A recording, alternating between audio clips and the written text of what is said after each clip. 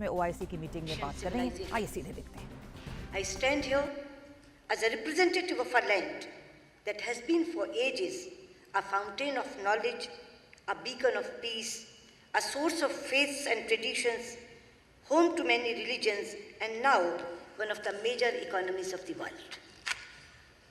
I carry the greetings of my Prime Minister, Shri Narendra Modi ji, and 1.3 billion Indians, including more than 185 million Muslim brothers and sisters. Our Muslim brothers and sisters are a microcosm of the diversity of India. They speak Tamil and Telugu, Malayalam and Marathi, Bangla and Bhojpuri, and any of the numerous languages of India. They have diverse culinary tastes, myriad choices of traditional attire, and they maintain strong cultural and linguistic heritage of the regions they love and they have lived for generations. They practice their respective beliefs and live in harmony with each other and with their non-Muslim brethren. It is this appreciation of diversity and coexistence that has ensured that very few Muslims in India have fallen prey to the poisonous propaganda of radical and extremist ideologies. Your Highness and Excellencies, 2019 is indeed a very special year. In this year, the OIC is celebrating its Golden Jubilee, the United Arab Emirates is celebrating Year of Tolerance, and India is celebrating the 150th birth anniversary of Mahatma Gandhi, a global symbol of truth and non-violence. It is therefore a matter of pride for me and for India to be invited in this special year to be your guest of honor and to be extended a hand of friendship. I convey my deep appreciation to Foreign Minister, His Highness Sheikh Abdullah bin Zayed, for his sagacious leadership and for his invitation. Thank you, Your Highness. Your Highness and Excellencies, in the past 4 years, few relationships have seen as much engagement as India's relationship with the UAE and indeed with the entire Gulf and West Asia region. It is a return of history. UAE has shown how a nation can power its progress with a grand vision, with the openness of the world, with an embrace of technology, with investment in human resources, and with an environment that nurtures talent and cultures from around the world. We also express our special gratitude to Saudi Arabia, Bangladesh, and other friends for their strong support for hearing India's voice in this forum.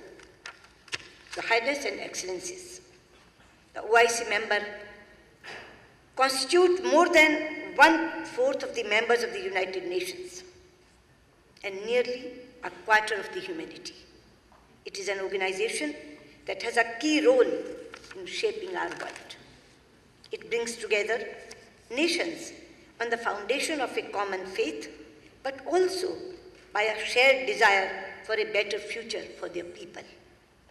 From Southeast Asia to the shores of Latin America, from the steppes of Central Asia to the vast expanse of the African continent, from South Asia to the great arc of West Asia and North Africa, the nations represented here also reflect a magnificent diversity of language and literature, customs and culture, history and heritage. Your Highness, Excellencies, India shares much with you. Many of us have experienced the dark days of colonialism. Many of us saw the light of freedom and the bright ray of hope at the same time. We have stood together in solidarity in our quest for justice, dignity, and equality of all people, regardless of race and religion. We have worked together to fashion global institutions into representative platforms, defined not by the interest of a few, but the voice of all sections of humanity.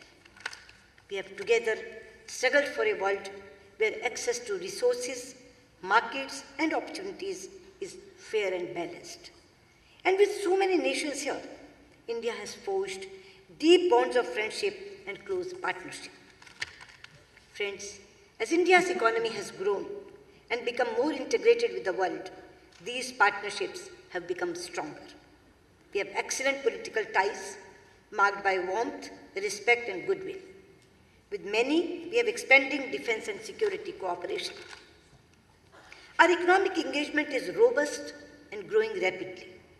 Our digital partnerships are shaping the course of our future, and our ties have the warm glow of deepening human and cultural links. Nations to our east, Brunei, Indonesia, and Malaysia, are important pillars of India's Act East policy and of our broader engagement in the Indo-Pacific region. In our neighborhood, with Afghanistan, Bangladesh, and Maldives, we have ties forged in our shared struggles and sacrifices, in the immeasurable warmth of our hearts, and in our unwavering commitment to the security and prosperity of our people and region. In Central Asia, where human aspirations linked us across the mightiest mountains since ancient times, we are rebuilding our relationship along new routes of possibilities. We do this especially with and through Iran, a country with which we not only share civilizational and cultural links, but a partnership that is vital for stability and prosperity in our region. In West Asia, our solidarity with the aspirations of the Palestinian people have remained unwavering. Our international journey was often pursued in close partnership with Egypt. Iraq and India have stood together in our triumphs and trials. We have with great admiration supported Jordan's efforts in strengthening the voices of moderation and building bridges of understanding between faiths. Further to the west, with nations like Tunisia, Morocco, and Algeria, we work for a shared desire for a more inclusive world. With Turkey, a nation with which we have many strands of connected history, we are imparting new momentum to our ties. Our many friends from Africa are here. It is a friendship of deep emotional bond that comes from shared struggle for freedom and for a voice and a place in the world. Today, on the foundations of that extraordinary heritage, India and Africa have launched a new partnership of prosperity in the dynamic African continent. And here in our neighborhood of the Gulf region, our relationships are as old as time. The tides of Arabian seas have carried forth our timeless links of trade, culture, and religions. Presently, the Gulf region is our largest market, supplier of energy, and source of remittances. More than 8 million Indians living in the region are the 8 million vibrant threads of this partnership. But now our relationship is much more than that. Thanks to the extraordinary effort and attention by Prime Minister Narendra Modi and the leadership of the region. It is an indispensable strategic and security partnership and a natural economic partnership of immense value to our nations and for our shared region. Your Highness and Excellencies, today we all live in a world of sweeping changes and multiple challenges that happen but rarely in history. We see global shifts in power. The center of gravity of the global economy is moving to Asia. The international order we are familiar with is changing. Freedom, opportunities, connectivity, health, education, and prosperity are more widespread than ever before. The time it takes nations to lift people out of poverty is getting shorter. Digital revolution has created unprecedented opportunities to empower people and transform our economies. We have affordable and accessible technologies that give us hope for a sustainable energy future. Yet, we also live on the edge of uncertainties. Tensions, turbulence, disputes, violence, dislocation, displacement are also at a high.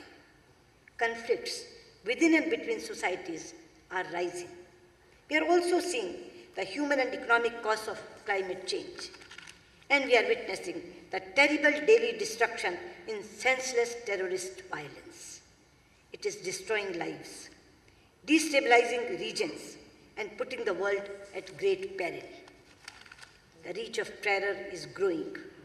Its lethality is increasing, and the toll it is taking is rising.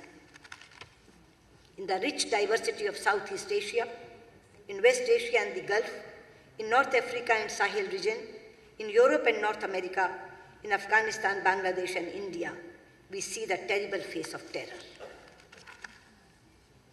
Excellencies and Your Highness, terrorism and extremism bear different names and labels. It uses diverse causes, but in each case, it is driven by a distortion of religion and a misguided belief in its power to succeed.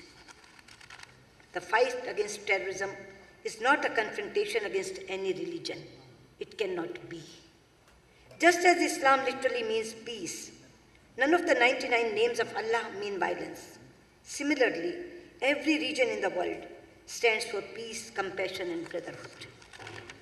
There is a verse in the Holy Quran which says, La ikra fi ad-din. Let there be no compulsion in religion. There is another surah, Al-Hujurat, which says, O mankind, we created you from a single pair of male and female, and made you into nations and tribes, so that you may know one another, not that you may despise one another. Similarly, the same message was given by the founder, Guru of Sikhism, Guru Nanak Dev Ji, when he says, and I quote, Awwal Allah noor upaya, kudrat ke sab bande, ek noor te sab jag upjya, kaun pale ko mande. This means, first Allah created light. Then, by His creative power, He made all mortal beings. From that one light, the entire world came into being. So who is good and who is bad? Your Highness and Excellencies, India has always embraced and found it easy to embrace pluralism, since it is embedded in the oldest Sanskrit religious text, the Rig Veda, and I quote, Ekam sadvipra bahuda vadanti, which means, God is one, but learned men describe Him in many ways. Our great philosopher Swami Vivekananda said that this phrase from the Rig Veda has given the theme to all subsequent thoughts to India, and one that will be the theme of the whole world of religions. Your Highness and Excellencies, this is not a clash of civilizations or cultures, but a contest of ideas and ideals. As Prime Minister Shri Narendra Modi has often said, it is a struggle between the values of humanism and the forces of inhumanity. Your Highness and Excellencies, if we want to save the humanity, then we must tell the states who provide shelter and funding to the terrorists to dismantle the infrastructure of the terrorist camps and stop providing funding and shelter to the terror organizations based in that country. At the same time, I would like to say that this menace cannot be fought only through military, intelligence, or diplomatic means. It is also a battle that must be won through the strength of our values and the real message of religions. This is a task that states, societies, sages, scholars, spiritual leaders, and families must pursue through personal contacts and on social media. And for this, faiths must speak to faiths. Cultures must engage with cultures. Communities must build bridges, not erect walls. The youth must shape the future, not destroy lives. Your Highness and Excellencies, I am particularly pleased to participate in a conference whose theme is a roadmap for prosperity and development. However, I may enter a caveat. The young are not going to be content with only roadmaps. They want roads as well. They also want them to be built fast. It must be our common objective to ensure that we leave them a world that is infinitely better in terms of equitable economic growth and social justice than the one we inherited. That is the mission which has brought us together in Abu Dhabi, a city that has matured into a landmark of Asia and the world. Your Highness and Excellencies, India is the world's third largest economy on purchasing power parity and is the fastest growing one. We are prepared to share our market, resources, opportunities, and skills with our partners. We will do what we can within our capacity to ensure that the path to development remains open to all and the global trade regime is open, stable, and fair. Your Highness and Excellencies, At 50, Organization of Islamic States is making a new beginning. The choices you make, the directions you set, will have a profound impact on humanity. The OIC has a huge responsibility and a great opportunity to lift humanity to a higher level of peace and prosperity, and to make this planet a better place, not just for your people, but for the rest of the world.